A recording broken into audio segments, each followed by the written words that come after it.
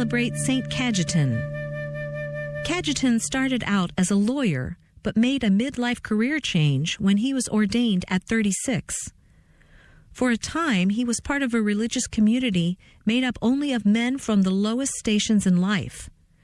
For that, he was accused of bringing shame on his wealthy family. Over the years, Cajetan sensed that the 15th century's greatest need was the reformation of the Church. He and 3 friends, among them the future Pope Paul IV, decided that the best road to reformation lay in reviving the spirit and zeal of the clergy. Together they founded a congregation known as the Theatines. It proved to be outstanding among the Catholic reform movements that took shape before the Protestant Reformation.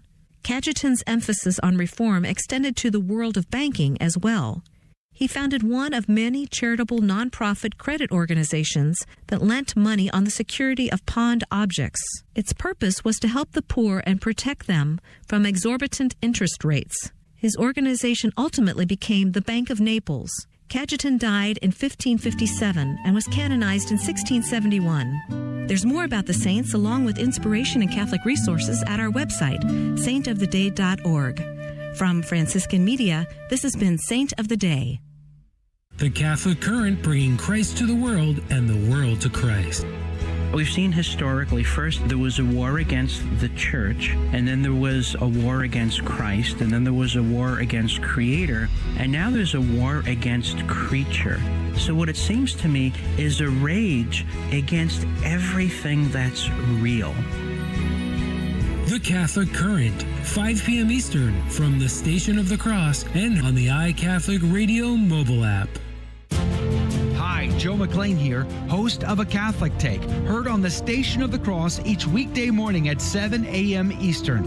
A bold synthesis of information and inspiration, keeping you up to date on the news and issues that you may have missed from a courageous Catholic perspective. That's A Catholic Take, weekday morning, 7 a.m. right here on the Station of the Cross and the free iCatholic Radio mobile app. Download it today. God love you.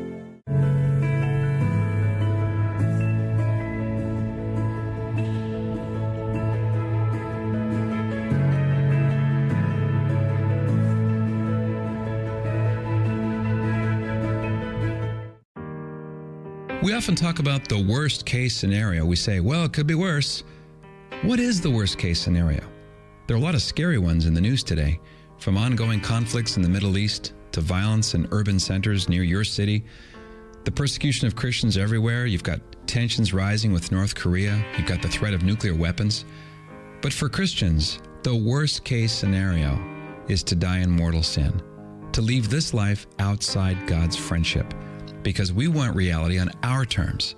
And God gives us what we really want forever. If Jesus is not the Lord of everything, He's the Lord of nothing. So let's ask Him to keep us far from the lukewarmness that leads us to take our faith for granted. G.K. Chesterton once said that the best way to love something is to know it can be lost. I'm Patrick Coffin at patrickcoffin.media. Be a saint. What else is there? A simple search on Amazon for books on discipline yields 446,614 book titles. It's a universal topic. Without discipline, you can't diet with any success, master a new skill, decide to forgive someone, or pray with any regularity. The most obvious fact about discipline is that nobody seems to have any. Our fallen flesh can't be negotiated with or accompanied into some future victory. If we want growth, we must start growing now. The root word of discipline is disciple. Further, the word disciple is an Old English Latin hybrid for learner. So let's take the last commandment of Jesus, the Great Commission, seriously, to make disciples of all nations. In other words, let's make fellow learners like us. I'm Patrick Coffin of patrickcoffin.media. Be a saint. What else is there?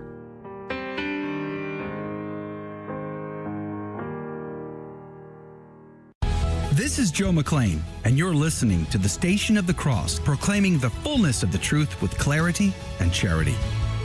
Heard around the world on your Android and Apple mobile devices. Go into the world and tell every man that you meet, there is a man on the cross.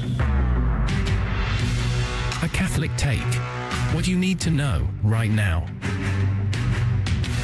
A bold synthesis of inspiration and information. Keeping you up to date on the news and issues from a courageous Catholic perspective. A Catholic Take with Joe McLean starts now. Praise be to Jesus Christ. Welcome back to A Catholic Take, a bold synthesis of information and inspiration. I'm your host, Joe McLean. Great to be on with you. You have survived the weekend. Congratulations. You get to get back at it. Just imagine what you're going to accomplish this week. All for the glory of God, right? Hey, pagan worship. Is it back in style in the U.S. military? I mean, come on now. Why are we promoting pagan worship in the military? They're talking about drafts, but they're also talking about transgenders and abortions and all this other stuff. And it's severely impacted recruiting numbers to the point where now you got people pushing for the draft to come back in style. Are you ready to give up your children to the cause? I'm curious. We'll be talking to R. Davis Younts from YountsLaw.com at 15 past the hour. A former JAG attorney with U.S. Air Force, Lieutenant Colonel retired, is going to be on the program to talk about all of those things. And then at 30 past the hour, Andreas Wailzer from LifeSite News is back to tell us, I guess, fascism is back in style in Europe. I mean, the government of Germany is giving 3.8 million euros to the Gates Foundation to do all kinds of wild things that you probably don't approve of. We'll cover that at 30 past the hour. So lots of stories, of course, to get into your hands today. And the way we do that is through the show notes. You can find the show notes linked up at thestationofthecross.com/ACT. Everything we talk about is linked there right as soon as we go off the air. Producer Jake does a great job of getting those up as fast as possible. That's thestationofthecross.com/ACT. And while you're there, why not make sure to join the insider email list as well and join the back end on the Telegram group and all the rest of the benefits. Hey, let's pray. Let's dive in. Let's get started. In the name of the Father, the Son, and the Holy Ghost. Amen. Remember, O most gracious Virgin Mary, that never was it known that anyone who fled to thy protection, implored thy help, or sought thine intercession was left unaided. Inspired by this confidence, I fly unto thee, O Virgin of Virgins, my mother. To thee do I come, before thee I stand, sinful and sorrowful. O Mother of the Word incarnate, despise not my petitions, but in thy mercy hear and answer me. Amen. In the name of the Father, the Son, and the Holy Ghost. And now your saint of the day. Saint Miguel de la Mora, pray for us. Miguel de la Mora was born in Mexico in 1874. In 1906, he was ordained a priest, and a few years later, he became a chaplain in the Cathedral of Colima. When the Freemasonic Revolutionary Mexican government began its persecution of Catholics in the 1920s, Father de la Mora was arrested early on. He was released on bail and ordered to cease his priestly ministry. Churches were closed, and public practice of Catholicism was banned. The priest's friends urged him to flee Colima, but Father de la Mora refused to leave the area bereft of a priest. A local Mexican general attempted to convince Father de la Mora to abandon loyalty to Rome and join a government-sanctioned state church, much like those of France, China, and other revolutionary regimes. But the priest refused and decided to take refuge at his brother's ranch. On the way, however, he was asked to marry a couple, and some locals who overheard the request informed on him. The priest was quickly arrested, and the furious general immediately sent him before a firing squad.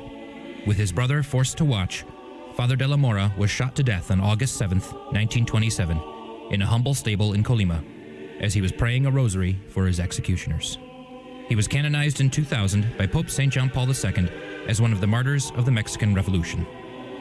Saint Miguel de la Mora, pray for us. And now your headline news. Church militant reports falsely accused Detroit priest restored to parish. Father Edward Perrone offered the traditional Latin Mass Sunday at his Assumption Grotto in Detroit. According to a parishioner, Perrone announced during his homily that Archbishop Alan Vigneron had given him permission to offer the Mass again at the grotto. Perrone thanked everyone for all the prayers that he didn't deserve, and the congregation applauded after his remarks. Archbishop Vigneron suspended Perrone with a reputation for orthodoxy and promoting the traditional liturgy in July of 2019, after an accuser claimed that he had recovered suppressed memories that Perón had groped him back in the 1970s when he was an altar boy.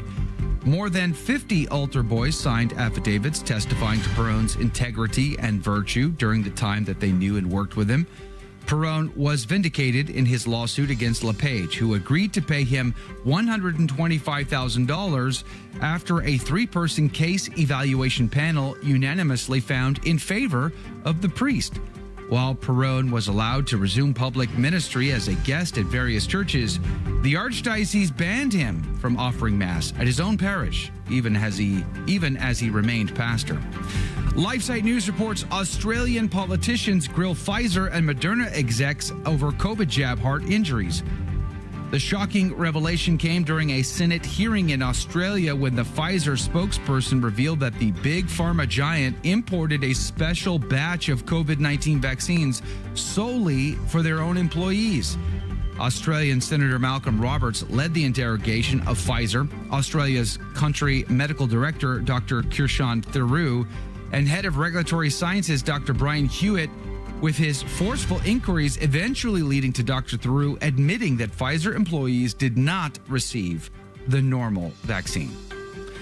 Mass Live reports Red Sox destroyed by Blue Jays 13-1 suffer three-game sweep in critical series. The Red Sox dug themselves a big hole in the wild card standings by playing bad baseball all weekend against the Blue Jays. It was an incredibly important series for both teams. Toronto came into Fenway Park and took care of business after the Red Sox had won the first 7 meetings between the two teams this season. The Blue Jays finished off a 3-game sweep of Boston with a 13-1 win Sunday afternoon.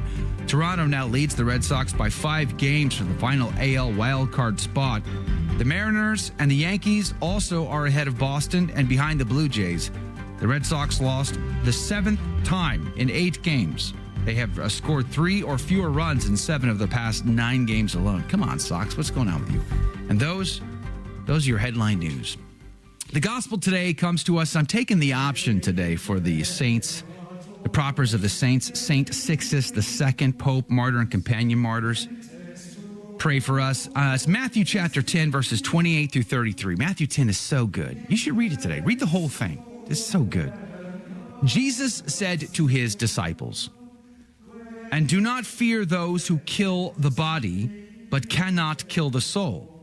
Rather fear him who can destroy both soul and body in hell.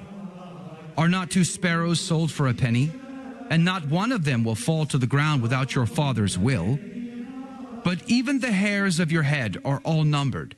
Fear not, therefore. You are of more value than many sparrows. So everyone who acknowledges me before men, I also will acknowledge before my Father who is in heaven. But whoever denies me before men, I also will deny before my Father who is in heaven." The Gospel of the Lord. Praise to you, Lord Jesus Christ. St. Jerome would say, writing back in the early 4th century, "How is it then that in the present world the sins of so many are unknown? It is of the time to come that this is said, the time when God shall judge the hidden things of men, shall enlighten the hidden places of darkness, and shall make manifest the secrets of the hearts. The sense is, fear not the cruelty of the persecutor, or the rage of the blasphemer. For there shall come a day of judgment in which your virtue and their wickedness will be made known." So who do you fear more? I mean, think of it that way. Do you fear the opinions of those that will hate you, that will blaspheme, and that will spit on you, mock you, deride you? Do you fear them more than you fear God and God's judgment? Choose wisely. That's what St. Jerome is trying to say. He goes on to say, we read in more than one place that the idol Baal was near Jerusalem, at the foot of the Mount of Moriah, by which the brook Siloch flows. This valley and a small level plain was watered and woody, a delightful spot, and a grove in it was consecrated to the pagan idol. To so great folly and madness had the people of Israel come, that forsaking the neighborhood of the temple, they offered their sacrifices there. and concealing an austere ritual under a voluptuous life, they burned their sons in honor of a demon. Let me just paraphrase that for you. They offered their baby children in a pagan cult worship of they're trying to get pregnant. So it had sex and violence and offering up their own children. You know, good stuff for pagans, right? This place was called Gehenna, that is the valley of the children of Hinnom. These things are fully described in Kings and Chronicles and the prophet Jeremiah. God threatens that he will fill the place with the carcasses of the dead, that it be no more called Tophet and Baal, but Polyandrion, i.e. the tomb of the dead. Hence the torments and eternal pains with which sinners shall be punished are signified by this word. This is the image the Lord uses to describe hell, the valley of Gehenna. Jerome would say, if these little creations fall not without God's superintendence and providence, and if things made to perish not without God's will, you who are immortal ought not to fear that you live without his providence. Can I just recommend something to you? Go and find Trustful Surrender to Divine Providence by St. Columbaire. It is a fantastic, tiny, tiny little work. It'll take you can read it in less than a day, I promise, probably just an hour or two. Trustful Surrender to Divine Providence. For nothing will happen to you unless God wills it. He either actively wills it or he allows it to happen for a greater good. But nothing, absolutely nothing is outside of God's providence. Trustful surrender. Fear not the devil and this world. Fear rather God and his judgments. We'll be right back. The Station of the Cross began broadcasting in Buffalo, New York in 1999. Since then, our listening areas have multiplied and expanded into several states. While our mission is to grow the Catholic faith through radio and other media outlets, our apostolate is supportive of, but independent from your local diocese. Through your generosity, we are able to inspire countless listeners with the gospel and help lead them to a parish to be spiritually nourished by the sacraments. Keep up to date with the shows we bring you each day on the Station of the Cross by viewing our programming grid on our website, thestationofthecross.com, and on our iCatholic Radio app. Just click the menu icon in the top left portion of our app and select the link to our programming grid. That's at thestationofthecross.com and on our free iCatholic Radio app for Android and Apple mobile devices.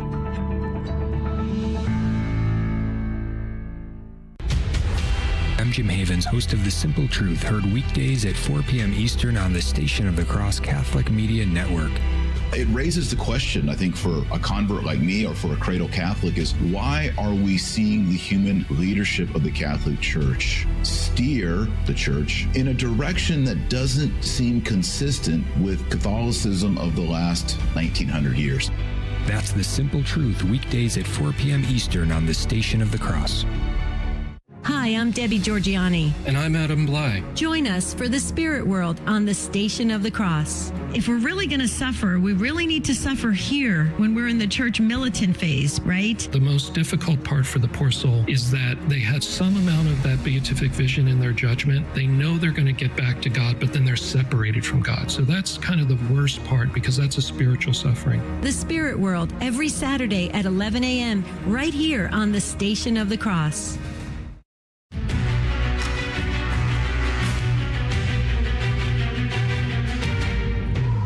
Praise be to Jesus Christ. Welcome back to A Catholic Take, a bold synthesis of information and inspiration. I'm your host, Joe McClain. Great to be on with you. Coming up at 30 past the hour, Andreas Wailzer is back from LifeSite News. I guess Germany's making, fascism great again. And this public-private partnership to the tune of millions and billions with the Gates Foundation, Soros, and others. Boy, it's looking pretty suspect, and Andreas Wailzer is going to catch us up on all of those stories. But also returning on the program today is R. Davis Younts from YountsLaw.com. Welcome back to the program, R. Davis. Glad to see you again. You look great as usual. Hey, good morning, my friend. I wish I could say you had great news to share with us today, but lots of stories in the military that aren't very great. In fact, you sent me this article out of the Sentinel. Air Force installation host Norse faith group seeks Wiccan faith leader. This is really bizarre, really bizarre. In a nation such as ours, to have a U.S. military try to seek out, like actively going and looking for pagans to influence its troops, that seems insane to me. Literally playing with fire here, the fire of hell. What say you, R. Davis Younts? I mean, it's hard to imagine, right? This feels more like something we would see from the Babylon Bee or some kind of a joke. For any student of history, we have to ask just the question, why would our military be supporting and embracing pagan religions, heathen religions, North pagan religions? I mean, just look at the history of the church, of Christianity, the growth. Just try to understand a little bit about these religions and what they teach. And you just have to wonder, like, what does that have in common with our nation, the values of our nation, or with the kind of values we want in our military? And again, I wish it was a joke. I wish it was satire or parody. But we are seeing the consequences of removing the church, removing our faith from the public sphere, and something's going to fill it. We are created in the image of God. We are religious beings. We are spiritual beings, and people are going to fill it with something. So if we've completely removed faith and religion, the influence of God from our society, we've started to do that from the military. There's hostility towards conservative Catholics and Christians, Protestants in the military today. I'm not surprised by this. Unfortunately, I wish it were satire, but this is the reality of what happens when we turn from God as a nation. In the last segment with the gospel, I was talking about how they were offering children as sacrifices to demons who wanted to be worshipped like gods. And that is what we're talking about here. Pagan religion is to worship a demon under the guise of being a god. And in the Norse faith, that included human sacrifices as well. So essentially, they're bringing back a religion that culminates in the offering of human sacrifices. So something we're also seeing in the military right now is the U.S. military's leadership at the Pentagon, Secretary of Defense and others, adamantly wanting to pay for their soldiers, sailors, Marines to go get abortions.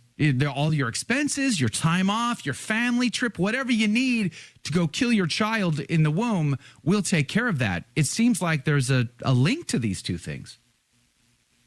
Oh, I firmly believe that. I think when we remove the gospel, again, we're going to worship something, but I think it's even worse than that. One of the common things we see in ancient religions and pagan religions, we see it in the religions in the Middle East, as, you know, God's people were leaving during the Exodus and coming back into Israel. Those nations that they were using, God was using them as his hand to punish these nations. They were sacrificing children. That these were horrible religions, and we see that. So it is demon worship. That is what we see. Demons rejoice in the destruction of innocent human life. And again, to see a return to that, and I strongly believe there's a tie to abortion. I believe when we see this, fundamental support for abortion, we should understand it for what it is. It is demon worship. It is the desire to destroy what God has created, to destroy innocent human life.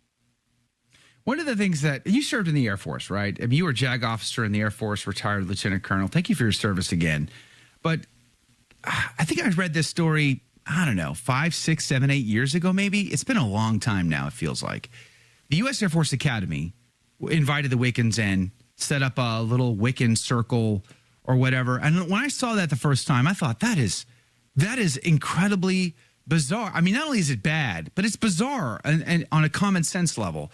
When you think of the American military academies, you think of like excellence. You think of the best of the best. It's so hard to get accepted into American military academy, the West Point, U.S. Air Force, Annapolis, or what have you. It is so hard. Only the best of the best get there. So you think of pride, and you think of just people with high morals, high integrity, and yet these very well educated, best of the best have somehow come to the conclusion that they needed to invite this paganism into their culture. That doesn't seem to pass the smell test when it comes to thinking of our best educated, brightest minds who will lead the future. it feels like these people are leading us into destruction. Can you help me wrap my head? How is it possible that in the military, our leadership is so woefully wanting of common sense?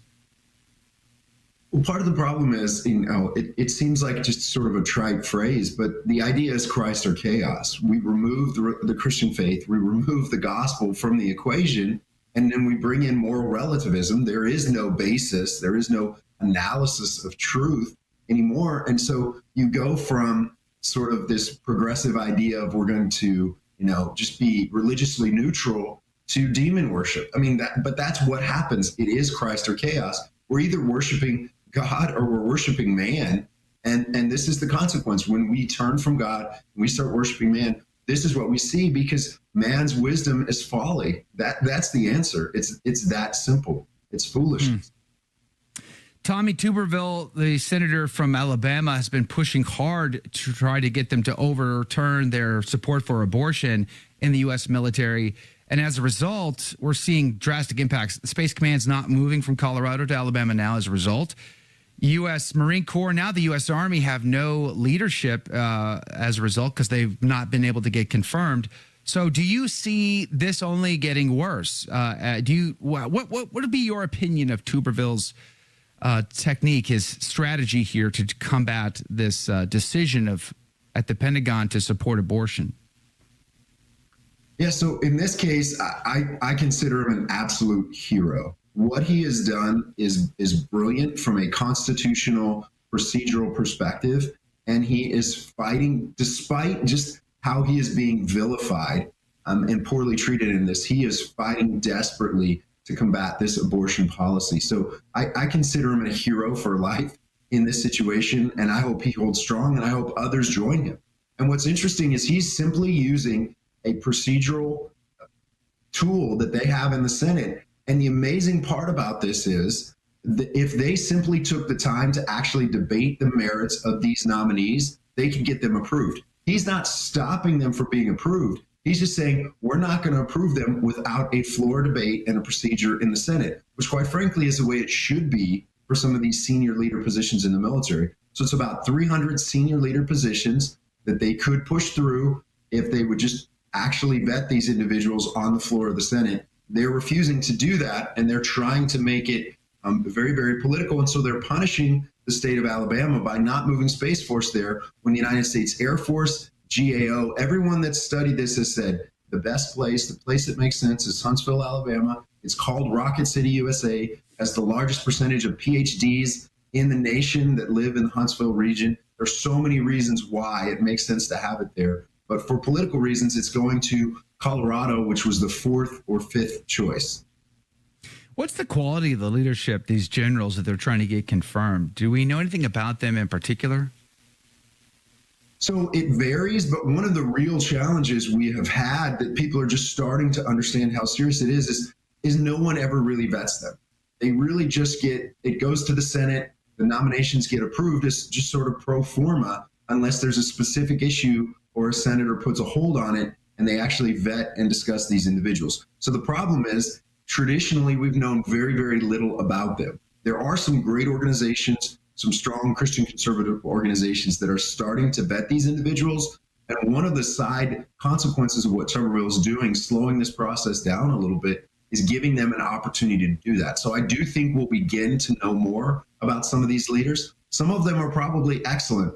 Many are not. And again, we see situations where we have leaders who have never led in combat, who have never been anything other than bureaucrats, ascending to these positions because they've played the political game well. And I do think we need to vet our senior military leaders much better in the future.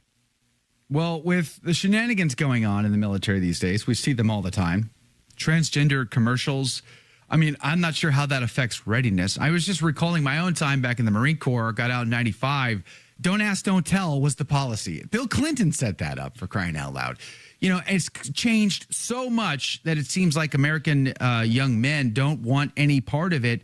And now they're talking about what can we do to increase recruiting numbers. So there's talk of boasting, the ability for Americans to get into the military through ROTC programs at JUCOs and paying for that. But I think the thing that concerns me most is the talk that's increasing these days of a draft, bringing the draft back, especially with, war drums banging in the European theater, not to mention China. We got Chinese Russian warships off of our Alaskan coast right now. Things are getting very real. I'm not sure I want to donate my kids to the cause. What say you, R. Davis Younts? Yeah, right now, I certainly am not encouraging my children or anyone in our family, anyone I'm close to that comes for me to guidance, to just blindly join the military anymore. That's a huge change for me as someone who served for 20 years. Both my grandfathers served in World War II. I feel very strongly about the importance of military service, but this terrifies me. And I agree. One of the most, I think, interesting plans that has the possibility of coming into Congress and being supported is a limited draft. So when the military can't meet their recruiting goals for the year, say they're 15,000 short, that there's a very limited draft to fill those numbers. But I think, to me, that's just sort of a foot in the door to bring in a wider draft. And one of my concerns with that is I don't know that we are a nation or that we have political leaders that are really following the concept of just war, Augustinian just war theory anymore. That's very concerning to me as a Christian, what that means. Are we really engaging in just war anymore? Is it right then for us to continue to serve? And then the other piece is the military has become, a place for social experimentation, for paying for trans surgeries, for doing these things. And I have concerns about that as well. And I do think there are those in our government that sort of worship the state and are always trying to grow the size of our government. They would love to have a draft, love to have as many people as possible serve. And then you're going straight from a government school and the indoctrination that goes on there into military service, the indoctrination that goes on there. And we will continue to see the rise of a powerful state where, the gospel's not welcome. I have to believe that if you are a Christian in the military today, your life is pretty difficult. You walk a fine line, especially if you're an officer, I have to imagine, or a non-commissioned officer. Your position, your ability to get promoted and to retire has got to be paper thin these days. So let's pray for those that are serving with integrity. Let's pray for those that are serving our country. But man, oh man, I'm not sure it's a smart move to forfeit your rights, your liberties as an indentured servant, essentially, under these conditions. R. Davis Younts, YountsLaw.com is his website, YountsLaw.com. We'll put a link to this and all these articles in our show notes. R. Davis, God bless you. God love you. Appreciate your time today. Have a good day, sir. God bless you. Thank you. Coming up after the break, more breaking news and stories, and then we're going to talk about fascism in Europe. It's on the rise. We'll be right back.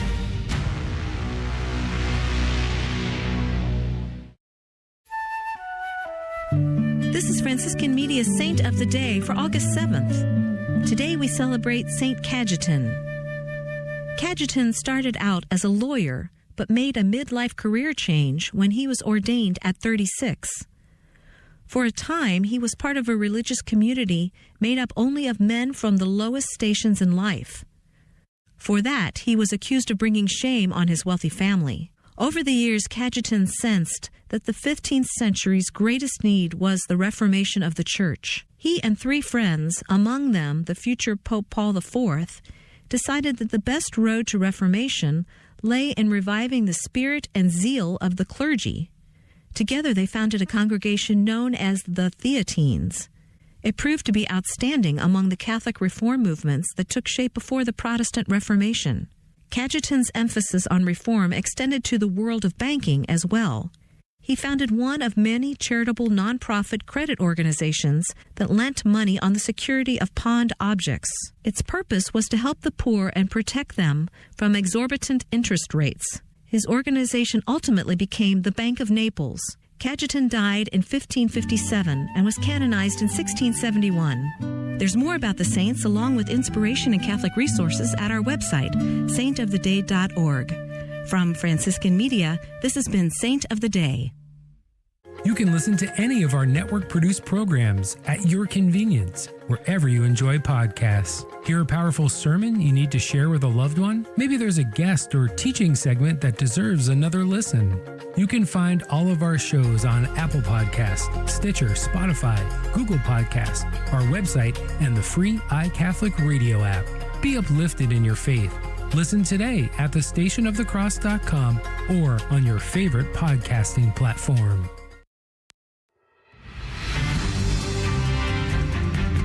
Praise be to Jesus Christ. Welcome back to A Catholic Take, a bold synthesis of information and inspiration. I'm your host, Joe McClain, and here are your headline news. Alaska News reports Russia and China sent large naval patrol near Alaska. 4 U.S. Navy warships were recently dispatched to the Aleutian Islands following an incursion of 11 foreign military vessels in American waters. This is unprecedented, not just for Alaska, but for America, to have 11 warships jointly being operated by the Chinese and Russians, who are increasingly working together, essentially doing freedom of navigation and navigation operation incursions into Alaska's area, said Senator Dan Sullivan by phone. China and Russia conducted a joint naval operation near U.S. territory consisting of 11 ships near Alaska's southwestern coast. The U.S. Navy responded by mobilizing 4 destroyers and a PA Poseidon aircraft to guide the Chinese and Russian ships away from American waters. The 4 naval destroyers dispatched this month had far more air and water resources at their disposal than the Coast Guard could be capable of, and this highlights the need for a U.S. Navy base in the far north. Breitbart reports Twitch streamer Kai Cenat faces charges of inciting a riot after thousands of fans caused mayhem in New York City. Social media influencer Kai Cenat is facing charges of inciting a riot and promoting an unlawful gathering in New York City after the online streamer drew thousands of his followers, many of them teenagers, with promises of giving away electronics, including a new PlayStation. The event produced chaos with dozens of people arrested, some jumping atop vehicles, hurling bottles, and throwing punches. Police said they arrested 65 people, including 3 juveniles. Some people, or several people, were injured, including some with bloodied faces. At least 4 people were taken away in ambulances. Cenat, 21 years old, is a video creator with 6.5 million followers on the platform Twitch, where he regularly live streams. He also boasts 4 million subscribers on YouTube, where he posts daily and life and comedy vlogs. The Blaze reports Elon Musk's X to pay legal fees of people fired for activity on Twitter. Musk wrote on Saturday night, quote, "If you were unfairly treated by your employer due to posting or liking something on this platform, we will fund your legal bill. No limit. Please let us know," close quote. Musk added, quote, "And we won't just sue. It will be extremely loud, and we will go after the boards of directors of the companies too," close quote. The announcement was made just hours after 25-year-old NASCAR driver Noah Gragson was indefinitely suspended for liking a meme about George Floyd on social media. After making the announcement about paying the legal fees of people who were canceled for their activity on social media, Musk was flooded with potential beneficiaries of the new policy. And those are your headline news. 4 million YouTube subscribers? Producer Jake, we have at least that, right? I mean, we got to be close. I mean, maybe we should invite thousands of people and give away a PlayStation. Who knows? Maybe they'll show up. Hey, can I just say good morning to our iCatholic Radio team? God bless you guys for being on the team. You guys are here every day. It's around usually a couple of 100 to 300 people every day. I call it the 300 ICR Club. So we appreciate having you guys here. If you would like to listen to Catholic Radio 24/7, clear as crystal, be sure to download iCatholic Radio in your mobile app store today. It's free. It's a great way to stay plugged in, listen to Catholic Radio, get the podcast of our programs, watch the live video feed, and more. Just download iCatholic Radio in your iOS or Android app store today. I saw this article over at LifeSite News. Andreas Wailzer says German government funds several Gates Foundation projects to the tune of 3.8 million euros. He joins us again from Austria. Good morning to you, Mr. Andreas Wailzer. Good morning, Joe. Thank you for having me on. I appreciate having you here. Praise be to God. This is a crazy story because as I was reading through your article, one of the first things that kind of came up to me was this sounds an awful lot like fascism.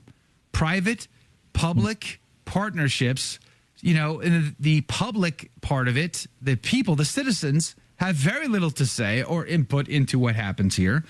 But it seems like fascism is alive and well in Europe today. What say you, Andreas Wailzer? Well, yeah, I was actually, when I read that, I was thinking about you and our conversation that we had. And last time we talked about public-private partnership, you mentioned exactly that sounds a lot like fascism. And then that's very interesting indeed. And so what we have here is actually, this should be a huge scandal everywhere, but the mainstream media is silent. I mean, the local media in Germany is completely silent, and only very few places covering this. And so, basically, this is a massive sum of money that they are investing here. I actually just noticed, this is a bit embarrassing, but I actually just noticed that there is a mistake in the headline, because it's actually 3.8 billion euros and not million. That's, I guess that's a lot more. It sounded, yeah. I think it sounded unbelievable, even to people who wrote the headline. Yeah. I mean, I was thinking 3.8 million. That's probably petty cash fund for someone in the government. Yeah. They don't even bat an eye at that. But billion, that's a significant number. Yeah, so sorry about that. I was going to correct you because you said million, and then I read the headline. And oh gosh, I'm so sorry about that. So that we definitely have to correct it. So, but it sounds unbelievable because 3.8 billion. That's actually a lot of money. Well, that's a year's budget for some countries. Right. So, and so what we can see here is that these organizations have an immense influence over the local governments not just in the US and in Canada, but also in Europe. So the deep state is sort of international, as we can see here. It definitely includes Europe. And even the German government, so how this happened, how this even became public is that there was a parliamentary inquiry by the far left party in Germany. They were interested in how much money the German government spends and gives to these private foundations. And it turned out it's a lot. And because of this legal requirement, they had to answer that. And they listed all the projects, and they include, a lot of the sort of globalist agenda items. They support, of course, net zero, green energy transition, digital transformation, and they push abortion, of course, which they call reproductive health. So whenever you read reproductive health anywhere, that means abortion, basically. And they support abortion and population control, specifically in Africa, specifically in Uganda and Malawi. So that were two countries that they donated large sums to through the Bill and Melinda Gates Foundation. And they also push one project is for, the transformation from cash to digital currencies. So these are just some of the things that they finance. Again, these are billions of euros. So that would be even a little bit more in US dollars. And that's just the Bill and Melinda Gates Foundation. They also fund the Rockefeller Foundation and others, but the Bill and Melinda Gates Foundation is the biggest one. Soros too, here. Right? They didn't. Well, so in this report, they didn't include, or there was no mention of any project that were directly financed from the Open Society Foundation, but they did meet with several delegates from the Open Society Foundation. That means members of the German governments, the highest members, even the chancellor, I believe. They met with Bill and Melinda Gates Foundation and Soros and Open Society Foundation and so on. So, but no direct funding, at least according to this report. You say in your article, according to TT's analysis, the German government funded 31 projects and programs in which the Gates Foundation was involved, while in 24 of those initiatives, the organizations was the sole recipient of the funds. So the Bill and Melinda Gates Foundation is the largest by far then in the reception of all of this money, and the largest by far in their interaction with the government to further Agenda 2030. Can you speak more specifically about Agenda 2030? What is that? Yes, so Agenda 2030 is, of course, the big UN plan for, it includes 17 goals. They all sound great on paper, of course. So basically they want, end poverty and give legal identification to everyone, and achieve stop climate change and all these kind of things that all sound wonderful on the surface. And one of the goals is includes for I think it's called the goal 17 is called something like the transition to a global sustainable development, and that goal specifically mentions this private public partnership and the need to include private actors in the plans to reach this agenda 2030. So the German government, they justified their actions by saying, well, this is just what the social development sustainable development goals say, so we have to do this. And they also mentioned that they have no plan and they see no need to push back the influence of these international foundations. Some are saying that Agenda 2030 will lead to the average person, people like myself, maybe yourself, will no longer be able to travel the world. They will no longer be able to just get airplane rides across the Atlantic and go visit Europe or America or vice versa or whatever, because Agenda 2030 means you can't have planes doing those things anymore. So only the uber rich, only the wealthy, only people like Bill Gates will have the luxury of traveling around the world. Do you see that? Is that going to be one of the natural outcomes of initiatives like this one? Definitely, yeah. So that's well, whether it's going to happen or not, I don't know. But I think that is definitely part of the plan, because, of course, you have to reduce private travel because we're killing the earth with our carbon emissions and so on. So that is something that would have to get more expensive. And also the whole, it's sort of become a meme, but this whole you will own nothing and be happy, that is happening. It is getting much more difficult for people, younger people like me and many others, to afford property because of inflation, because of all kinds of things that are now being pushed forward. And with digital ID and digital currency, everything will be monitored. So there's already things like in the US, there were already no-fly lists of some political actors and so on. So that is not that unrealistic at all. And I think that definitely is the goal. And we see this sort of plan for a globalist totalitarian state unfolding, in small incremental steps, but it seems to be happening. And also with the whole issue of health, with the WHO, what they did during COVID, and now with the new regulations that they want to put in 2024, new pandemic treaty, which would basically strip nations of their sovereignty when it comes to this making decisions when there's a new pandemic and so on. So I think this is unfolding, and there are many reasons, whether it be a pandemic or climate change, or just that the costs are too high, that you could prevent people like you and me from traveling with an airplane, for instance, or even with a car. Oh, Andreas, I feel like I have to have a tinfoil hat for some of this conversation because it feels so out there, right? I mean, I just saw this article too. Klaus Schwab's daughter threatens humanity. Permanent lockdowns coming, whether you like it or not. I have no idea if this is Klaus Schwab's daughter. I have no idea if she actually said these things, if it is his daughter. But I also think it seems reasonable. I could see if Klaus Schwab has a daughter, I could see her saying stuff like this, because that's the world we're living in today. And we're up against a hard break. So I don't want to go just too far into the weeds on that. But I want to say this. It seems like we are living in such a bizarre time that when you have conversations like this, you feel like, oh, man, I feel like this is all just made up. It's all conspiracy. It's all Hollywood plot lines.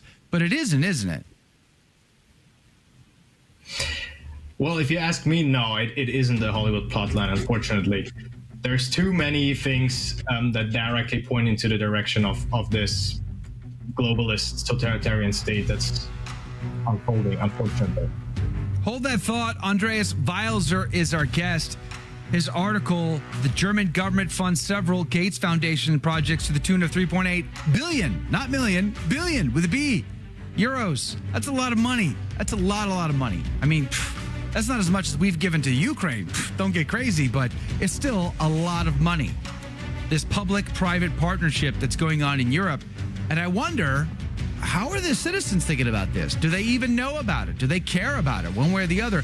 Where is the heart, the mind, and the attention of the average European citizen in the European Union right now? Would they support this? Do they want to? I'm going to ask those questions and a lot more with Andreas Wailzer from LifeSite News next. Did you know that an unwanted car or truck can make a great gift? When the time comes to purchase a new one, consider donating your old car or truck to the Station of the Cross. We have a quick and simple way for you to get rid of your unwanted vehicle while supporting the solid Catholic programming you love listening to on your radio, online, and through your mobile devices. Whether they run or not, we accept cars, trucks, RVs, boats, and motorcycles. It's a great opportunity for you to give more than you might normally be able to. At the same time, you'll be clearing out space in your garage or driveway, ridding yourself of an unwanted vehicle. Just visit us online at thestationofthecross.com or call 1-866-628-CARS, 1-866-628-2277. May God bless you for your generosity in support of Catholic Radio. Hear what listeners are saying about the free iCatholic Radio mobile app. Through the iCatholic Radio app, I have listened to the sermons and teachings several times. The effect has been a deeper understanding of my faith and Catholic tradition. This app has truly been a blessing in my life and has increased my faith. Listen live or at your convenience to your favorite shows. Just search for iCatholic Radio in your app store today. What you're offering and giving to me, you deserve to get back because you're offering more than I can give. I learned so much through the station on the cross. I listen to the radio station daily, and I absolutely love it. I was attending the chapel and places like that, and through your programs, I was able to find out how other Protestants had come back into the Catholic Church. God bless the Station of the Cross. Donate today at thestationofthecross.com.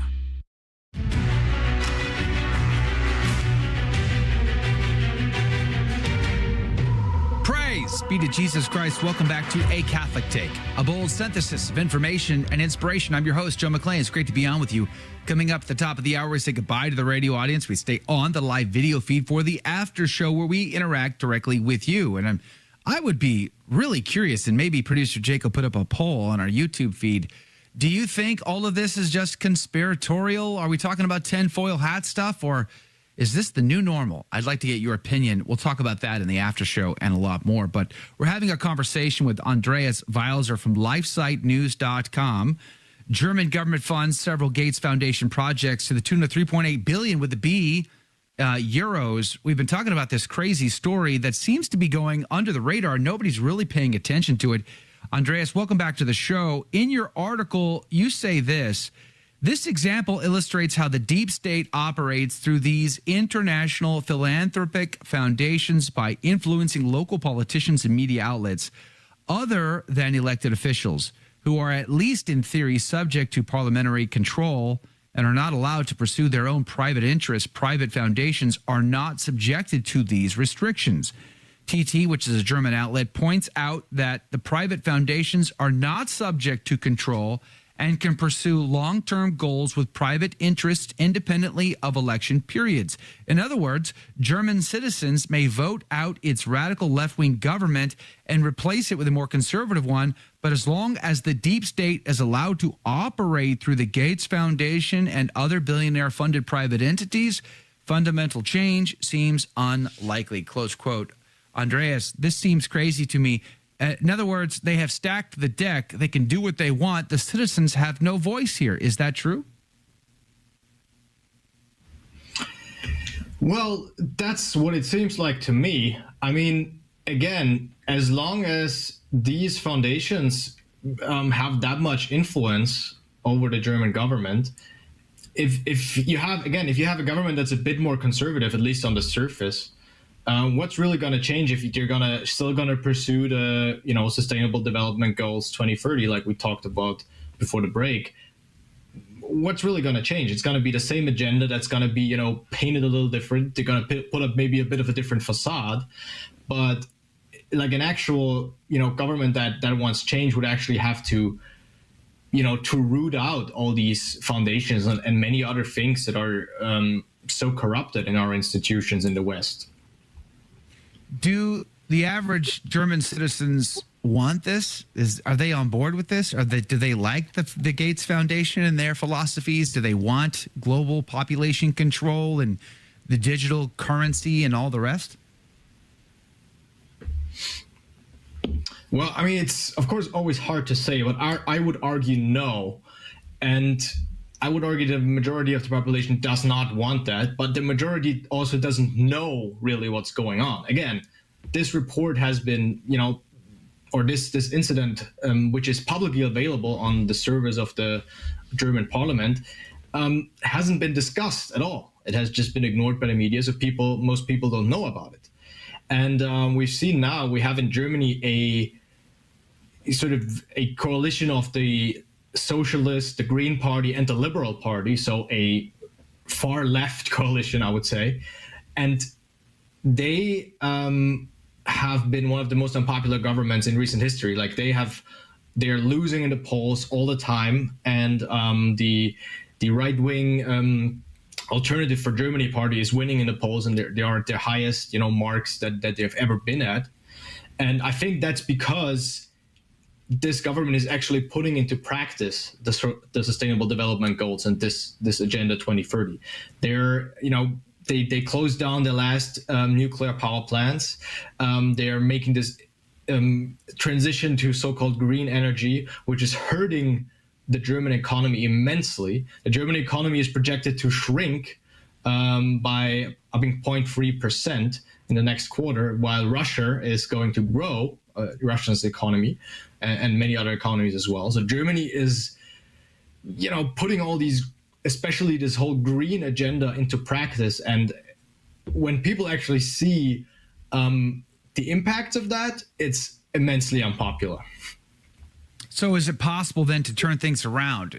Can the German citizens speak up? Can they do anything about this to deconnect this public-private partnership? I mean, everybody still remembers, politics in Europe during the Second World War. Fascism in Italy was simply a version of what was going on in National Socialism in Germany.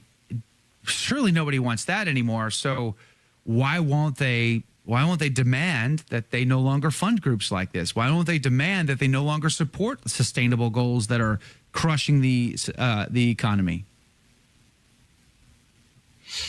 Well, again, if you frame it like this, I think most people would be, in favor of defunding these organizations, but it's not framed in that way. It's framed in a different way, right? So it's all the media, pushing these talking points and make all these things sound really good. Like, again, we're saving the planet and this is necessary to ensure survival for future generations.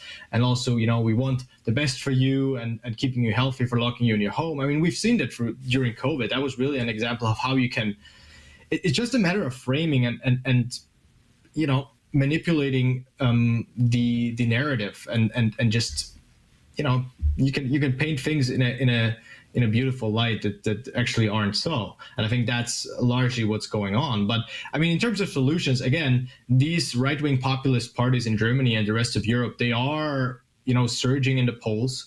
So there is certainly the possibility for change on a political level. But I think it's going to be a hard-fought, long battle because, the enemies, sort of the globalists, the EU, they have so much power. They basically hold all the institutions. So, yeah, I think it's gonna take a while. But as things get worse economically, I think people start waking up because most of the times people only start doing something when they really feel it in their pockets, and that's what we're seeing right now. So, what about the church? I know the church is very distracted with the synodal way and the synod coming up in this October. Which, by the way, I'm looking forward to being in Rome at the end of October to report on all of that. But what about the church? Is there anybody in the church in Germany who's paying attention to stories like this and maybe sounding the alarm? Because we are, of course, as Catholics, are absolutely opposed to abortion, population control, and other issues. So surely someone in the church in Germany is speaking out against this?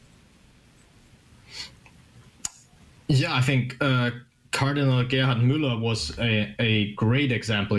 During COVID, he spoke up and he named both George Soros and Bill Gates by name, and he went viral with that, and he was blasted by everyone in the global mainstream media in the Western world. So he was a great and very important voice. But again, he's not in the diocese anymore. He's not an active bishop anymore. So from the active bishops, no, you cannot. It's really terrible, the situation in Germany. You complain about bishops in the US, but believe me, in Germany, it is much worse, right? So the US Bishops' Conference actually in Germany is considered very conservative compared to the German one. So just so you know, that's wow, Andreas, you're breaking my heart here. What about German Catholics? So surely there's some silver lining here. German Catholics, are they standing up? Are they sounding the alarm? Or are they, in spite of their leadership, taking the proverbial bull by the horns here and leading the way?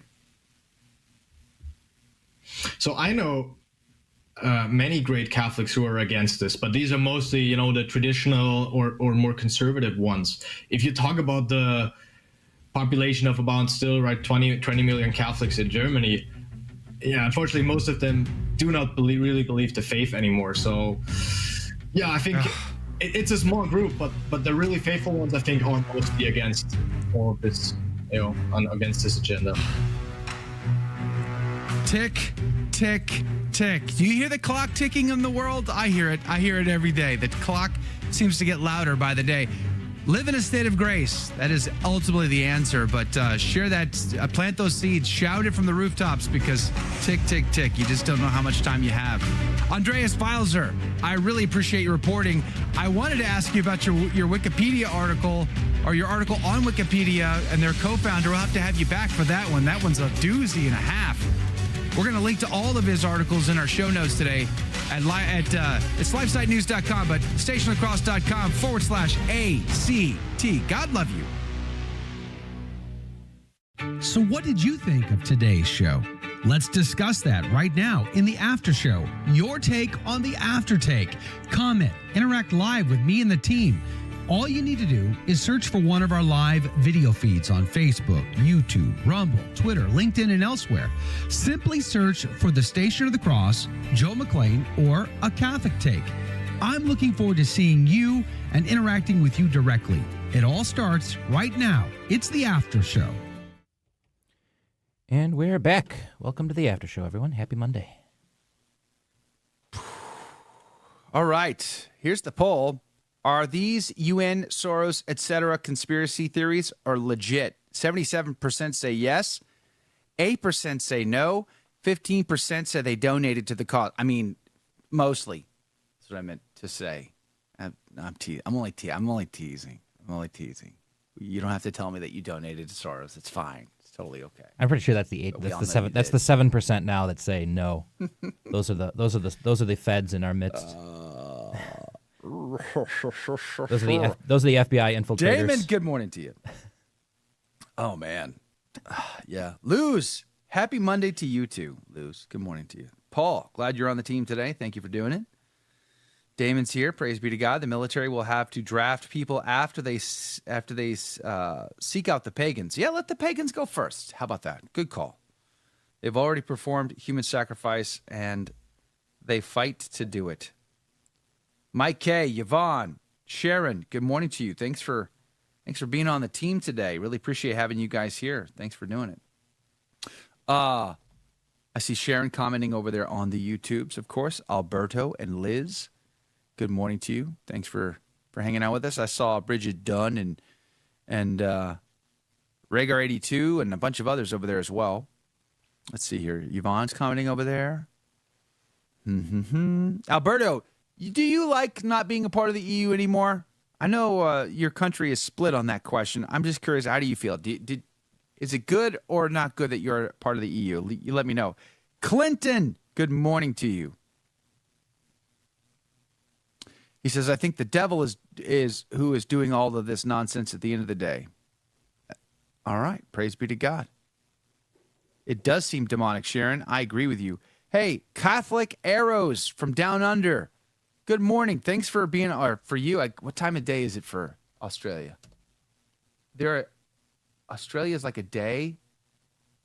We're like a day separated. I want to say like they're in the future, right? Like they're ahead of us. I think they are tomorrow night or something like that. Yeah. So I'm totally confused as to how to greet you, Catholic Arrows, other than saying I'm grateful that you've commented today and you've been part of the team. I'm going to use. Okay, so a good evening. Mm-hmm. Oh, it is still Monday evening for them, but in 2 hours, they will be living in the future in Tuesday. So I see. When I went to Guam, I spoke at the Guam Men's Conference, Catholic Men's Conference, back in 2012 or something, and you crossed the international date line. So I lost a whole day going, and I gained a day back. It was just the weirdest. It was so hard to wrap your head around, especially when you're looking at trying to figure out what plane you want to take at what time, and it's just very confusing. Let's just say, back in the day. Hey, Patty's here. Good morning to you, Patty. She says, well, the Canadians haven't been able to undo Agenda 2030. Yeah, exactly. So a question in my mind is it too late? Has that train gone too far down the track to turn things around? Can these governments be controlled again? Can the deep states be controlled again? Something we've talked about a lot. So it's I feel like I have to have my tinfoil hat on. I need my X-Files music, Jake. You need to get me some X-Files music. I need to have some X-Files music because I don't have anything that sounds conspiratorial on my lineup here. So is it too late? No matter who gets elected into these positions, can things be turned around? It's not so clear. And Andreas says this article, Wikipedia co-founder claims site is influenced by the FBI and CIA, obviously biased toward the left. There's a lot of talk about that kind of thing, isn't it?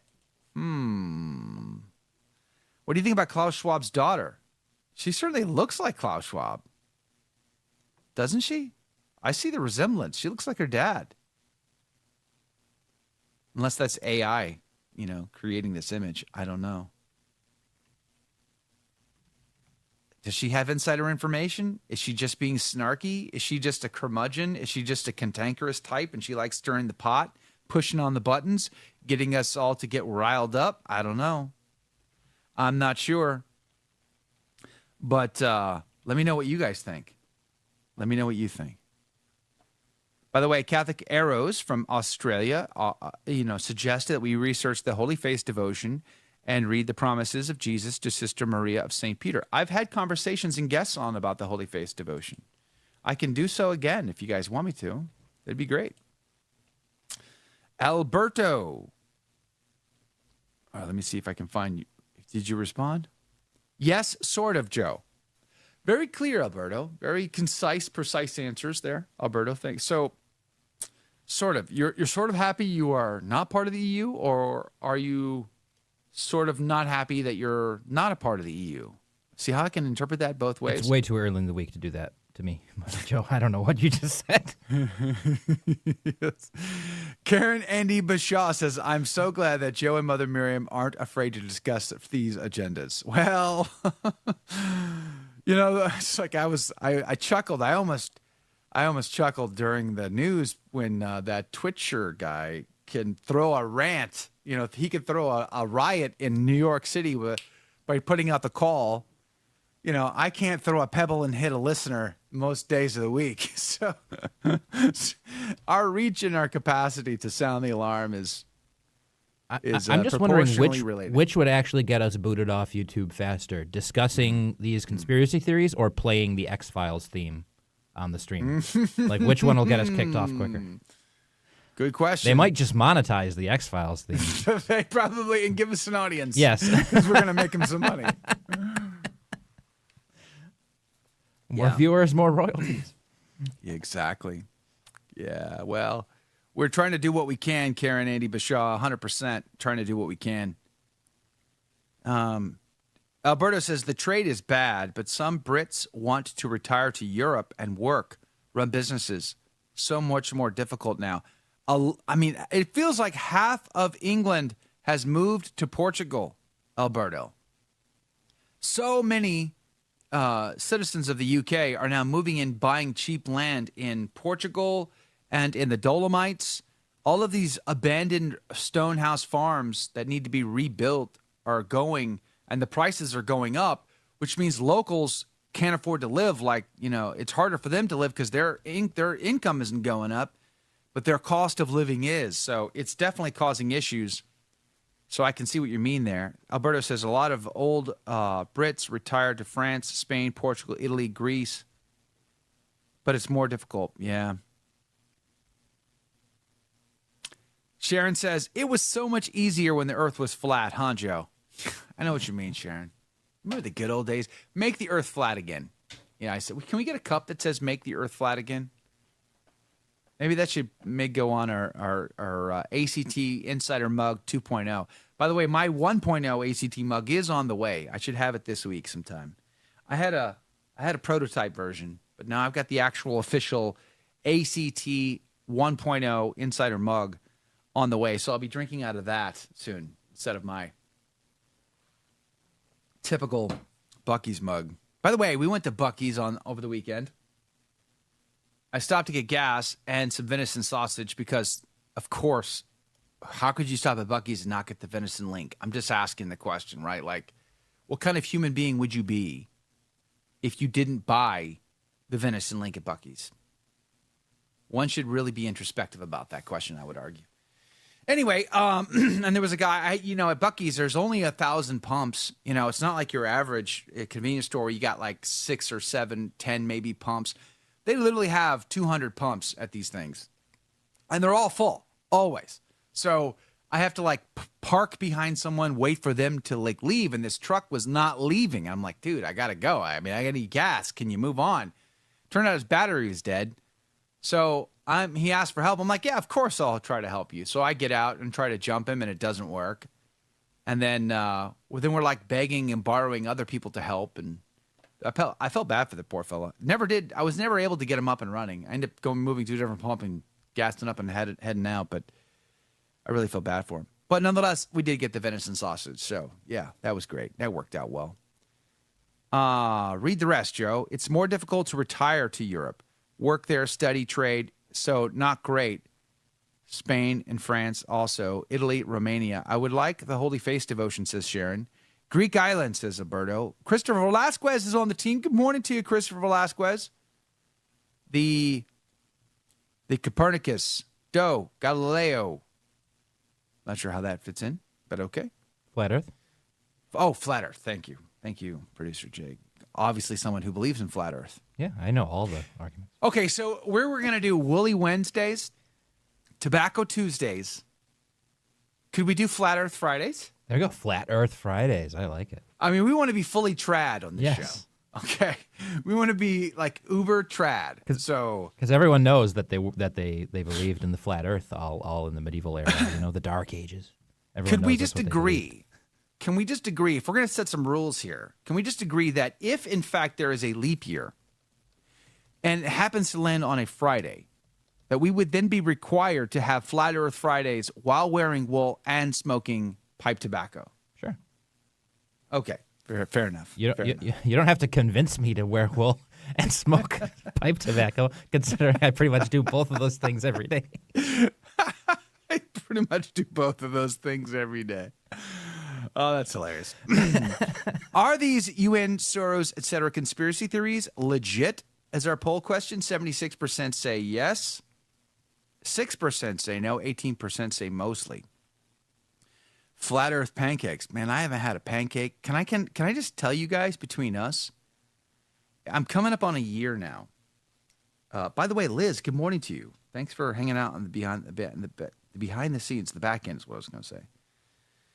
It's been about a year, almost. I think it was the last week in August, if I'm correct, when I started the carnivore path, the journey of carnivore. And I haven't had a pancake, a waffle, in a year now. I haven't had a drink of alcohol in a year now. So wine or beer, probably over a year, by the way, since I've had those. Boy, phew. Now, arguably you'd say, but this is a good thing, right, Joe? Maybe. I don't know, losing over 100 pounds. Yeah, it's not bad. It's, okay, sure, why not? Clothes fit better. Actually, no, because you have to go out and buy a whole new wardrobe. Literally.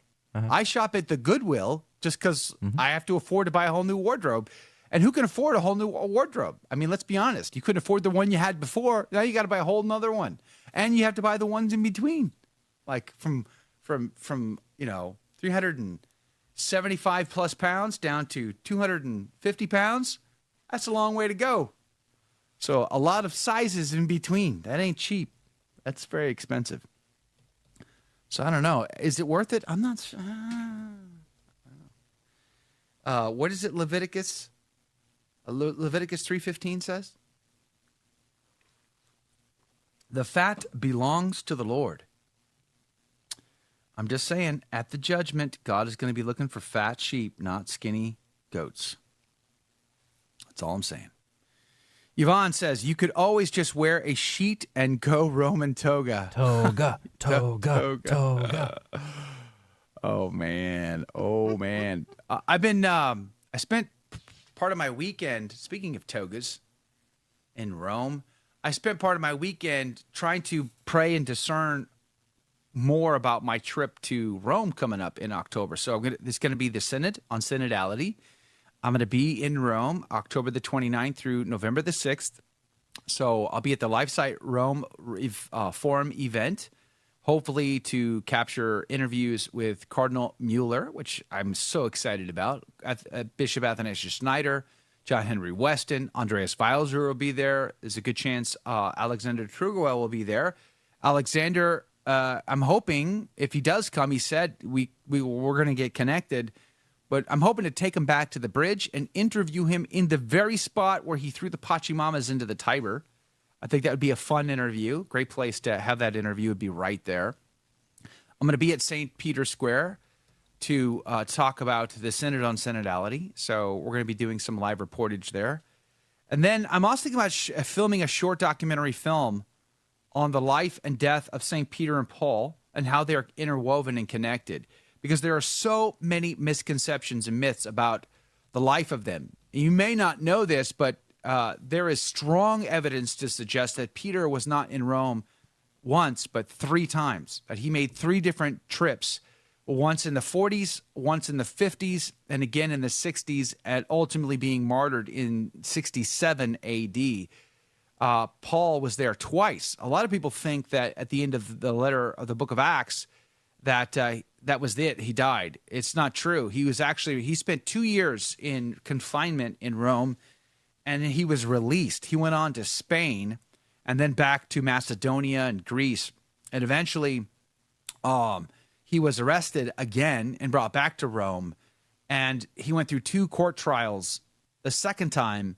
And eventually he was condemned to death by beheading. They marched him 3 miles outside of town on the Via Appia. I think it's called the Via Appia. Pretty sure. Anyway, and then they chopped his head off there. Bounced 3 times. The Trappist monks preserved that site. It's Tre Fontane, where the 3 springs popped up as a result to his beheading. So I'm thinking about going to all of those sites and telling the stories try to debunk some of these myths, to taking you to those locations and showing you some insider stuff. So I'm working on all of that, trying to put all that together. I also kind of want to talk. I also kind of want to go to the grotto at Tre Fontane, where Our Lady Revelation appeared, and tell the story that most people don't know. Because in 1947, when she appeared to Bruno Cornicolia, she revealed the 3rd secret of Fatima to him and told him to tell Pope Pius XII. In the same year, within the same year, Pius XII approved pilgrimages to the site, had an altar erected, and a statue of Our Lady of Revelation in that grotto, and it's been maintained ever since. 70,000 people processed in the same year, 1947, to the grotto, and almost no one knows about it. So I'm thinking about really going there, filming there, telling that story there. If I can do both, I will. But here's a question for you. Alberto, thank you, Appian Way. If I had to choose only one story to tell, what would you want me to tell? Would you want me to tell the life of St. Peter? Would you want me to tell you, or the martyrdom of St. Peter? Because there's so many misconceptions and myths about his presence there in Rome. Would you want me to take you to show you St. Paul? Would you want me to show you the Our Lady of Revelation? I mean, if you had to choose only one thing, what would be the coolest thing, the greatest thing I could do? If I only could do one thing, what would that be? I would like to know your thoughts on that. Paul weighs in on the back end here. He says, governments, they say we're for the working people, such as Working Family Party, and big business seem to have joined heads in a nefarious way to try and convince people that listening to them is what's best for everyone. But obviously, it's what's best for their elite group by use of hijacking of true Catholic social justice. Yea and amen. Well said, Paul. Well said. I agree. I'm on the team. Studebaker Hauk, good morning to you. Catacomb or Dogabrush?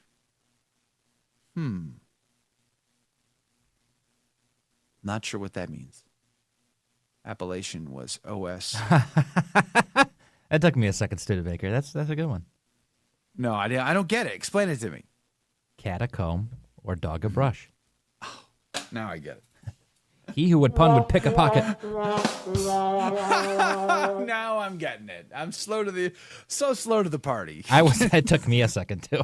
A catacomb or dog a brush. Got it. Eric says, Our Lady of Revelation, scary, scary messages.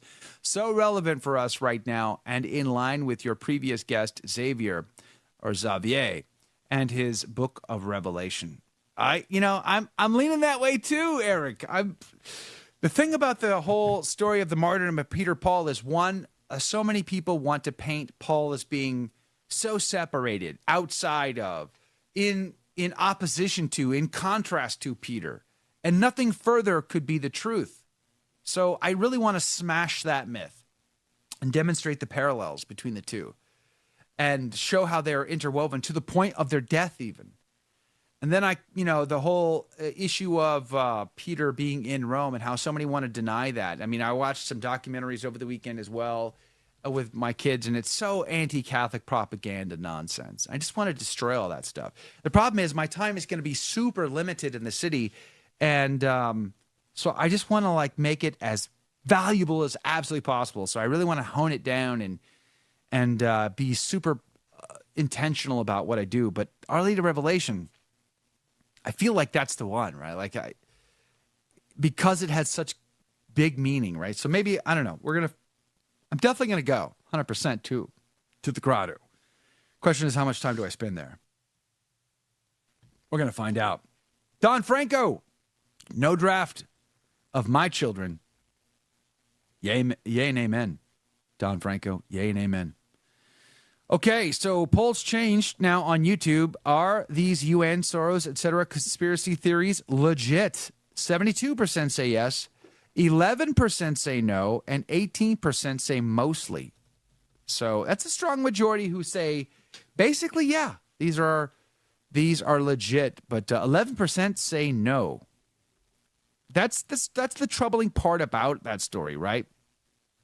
It's hard to talk about those stories and not feel as though you are talking about conspiracy theories. But when you add it all up, we know for a fact that Bill Gates is totally in favor of world population control. He's totally in favor of pushing population control in Africa in particular with abortion and contraception.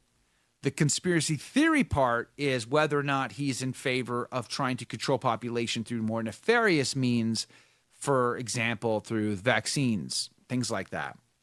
So, but we can definitely demonstrate through his own words that he is absolutely wanting to control population, abortion, contraception at a minimum, which already we're like, all right, that's evil. We don't like that. We're not on board with that. So there's that. And then, of course, you push things like narrative control, the control of thought and conversation, which we all know is a fact now. It's 100% fact. I reported on last week. the Biden administration was pushing Facebook, and Facebook has had to now admit publicly that, in fact, they were going through this. Twitter had a back-end door for the government to gain access to decide, pick, and choose who the winners and losers were. So we all know that that's fact. It's not a theory. It's not conspiracy. It's 100% fact. Narrative control is definitely a part of the thing. Okay, well, you couple abortion, contraception, and then you can couple it with narrative control, and now you can also throw on the table, well, then they want trans and LGBTQ rights against or against all of those things. So you throw that in the mix, and they're pushing those hardcore. We saw that lady last week in Oregon, who when she expressed her deeply held Christian belief against transgender ideology, she was rejected from the hospital and now can't receive cancer treatment. Will she die because she can't get her treatment because of her opinion? Let that sink in. And then you throw in the digital dollar, that these governments are pushing for digital currencies. When they get digital currencies, you're going to get what you have in China, which is not a conspiracy theory. It's demonstrable. China lives off of a mobile app. Every citizen has a social credit score linked to their bank accounts, linked to their ability to travel, their ability to get health care, their ability to eat. All of it is linked up, and that is the system that's now migrating west. These aren't conspiracy theories. Those are facts.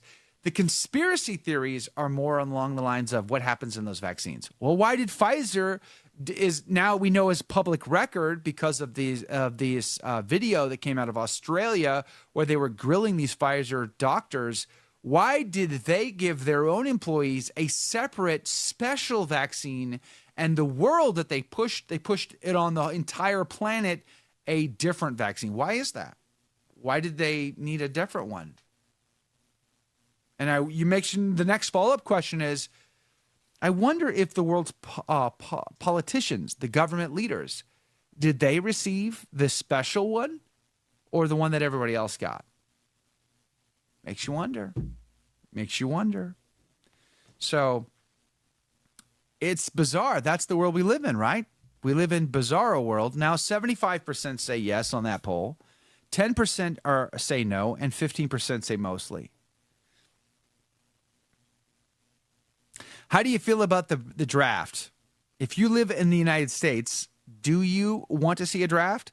And what's worse, in my opinion, not only could they possibly draft my sons, they could draft my daughters. I don't want them to take my sons. Now, I definitely don't want them taking my daughters. Hard to believe. But that's where we are. And they are talking about it more and more and more because they can't maintain. It kind of reminds me of the World Youth Day criticisms. So, good morning, Mateus. Up early, bro.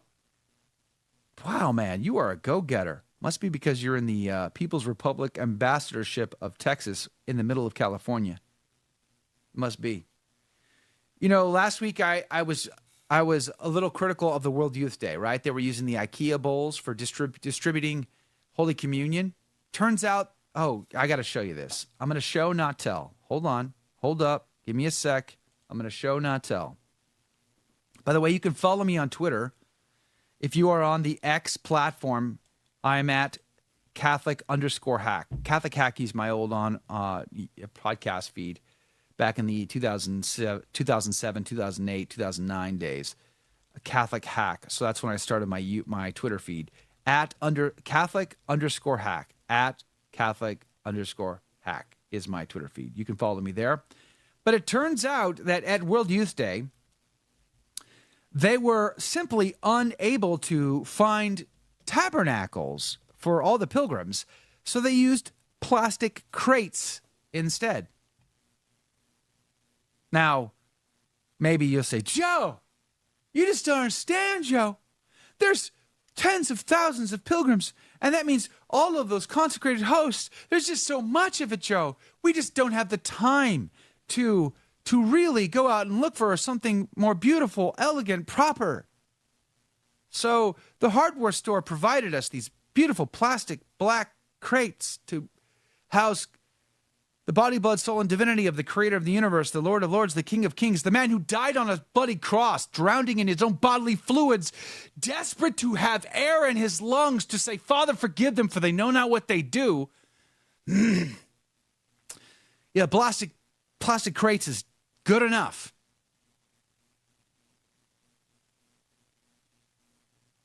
They didn't have enough time. A couple of years to prepare for all of these tens of thousands of pilgrims from all over the world. There's just simply not enough time in the day to go find tabernacles to prepare for this event. No, or at least maybe have one made. They could have had one giant tabernacle made, and who knows? It would have been elegant, beautiful, inspirational, awe-inspiring. Instead, we get this with two Dollar Tree candles on the side.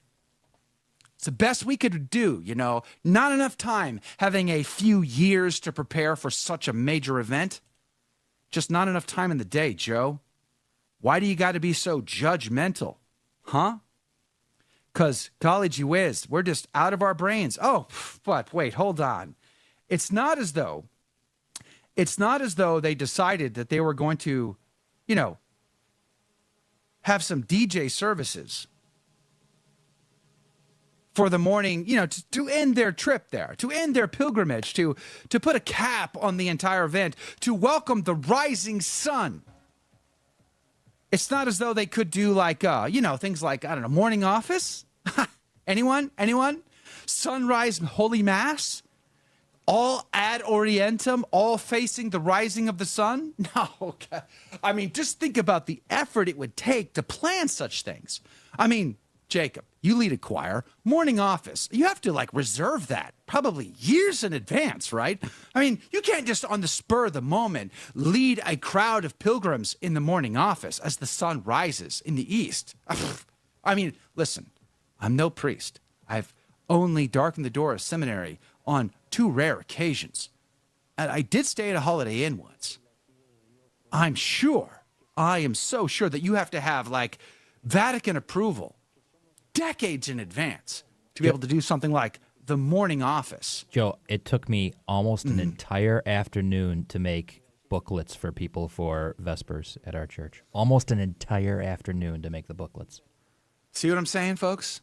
See what I'm saying? No. I mean, and if you got a priest on hand, why not just get him to play DJ for you? You know what I'm saying? Oh, yeah. This is so great. This is so great.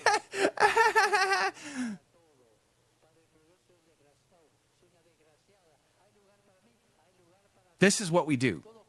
Now, hold on. But Joe, you're just being a curmudgeon. Is there no room for fun and games? Of course there is.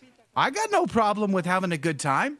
I got no problem with enjoying the company of thousands of screaming zealous Catholics. I got no problem with large group settings. What do I have a problem with? I got a problem with you should have inspired the youth to greater sanctity and holiness, zealousness, because tick, tick, tick, the clock is ticking on the world and it's going to go away at some point. They may die today. They may die 1,000 years. I don't know. But whenever that time comes and our death is coming, judgment comes with it. And are we prepared for that? Is this crowd going to go out into the world and convert the world? Because if so, well, then praise be to God, I have missed the boat and I'm getting on board with DJ Mix-a-Lot over here.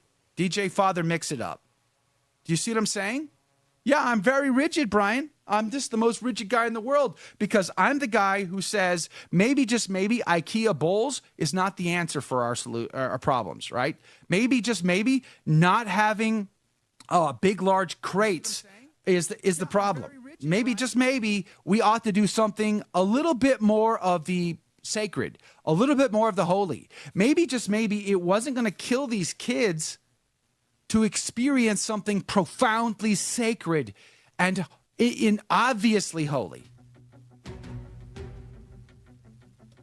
But maybe I'm the curmudgeon. How dare we criticize these things? IKEA bowls, Joe, come on. Plastic crates, plastic black crates. You've got nothing better to do with your day, Joe? You're right. You're so right. I'm so sorry. Mea culpa. Oh, That was Latin. Hey, man. My bad. My bad. My bad. Base, no cap. Read Matthew chapter 10. I'm just saying. Go read the first epistle of St. Dominic's feast day. It's preach it now or forever hold your peace, because that day is coming. For some, it's coming sooner rather than later. Pray, fast, do penance. We'll be back tomorrow. God love you.